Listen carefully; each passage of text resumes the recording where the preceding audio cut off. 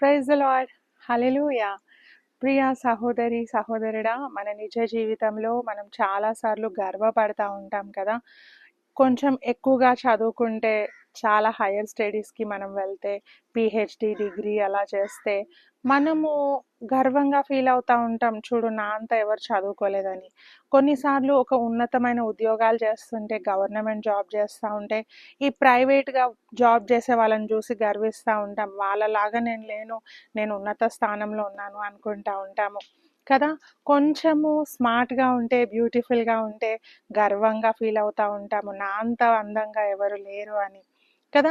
కొంచెము దేవుడు మనకి ధనము ఎక్కువగా ఇచ్చాడనుకోండి, అప్పుడు కూడా గర్వంగా ఫీల్ అవుతా ఉంటాము. నా అంత ధనికులు ఎవరు లేరు అని. హల్లెలూయా.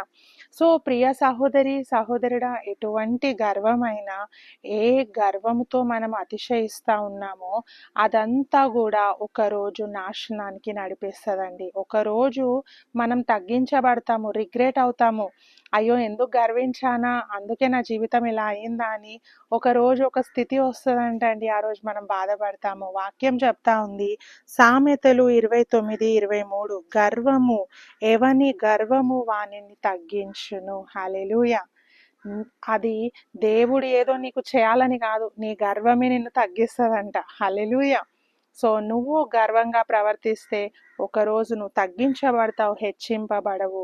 నీ జీవితంలో మంచి రోజులు చూడాలి అంటే గర్వాన్ని తీసివేయండి, తగ్గించుకోండి. ఎంత నీకు ఉన్నా, ఎంతో గొప్ప స్థానంలో నువ్వు ఉన్నా, ఇదంతా దేవుడిచ్చిందే, ఆయన ఇచ్చింది నేను అనుభవిస్తున్నానని సంతోషించండి. దేవుడు మిమ్మల్ని హెచ్చిస్తాడు. దేవుడి మాటలు మన వినికిడిలో దీవించును గాక. God bless you.